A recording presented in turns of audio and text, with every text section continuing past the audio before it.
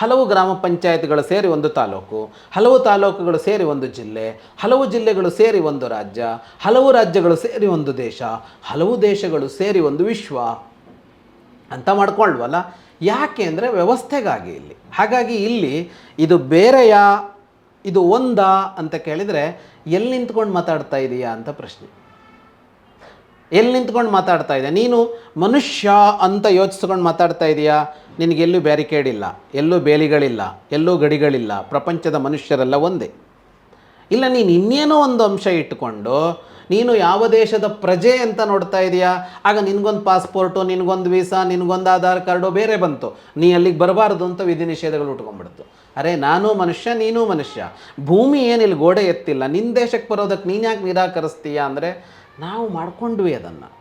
ನಾವ್ಯಾಕೆ ಮಾಡ್ಕೊಂಡ್ವಿ? ಅದು ತಪ್ಪ ಅಂದರೆ ತಪ್ಪಲ್ಲ, ಅದು ಬೇಕೇ ಬೇಕು. ಆದರೆ ಎಚ್ಚರಿಕೆ ಏನು ಬೇಕು ಅಂದರೆ ಅದಕ್ಕೊಂದು ಮಿತಿ ಬೇಕು. ಅದನ್ನು ಮಾಡಿಕೊಂಡಿದ್ದು ವ್ಯವಸ್ಥೆ ಸುಲಭ ಆಗಲಿ ಅಂತಲೇ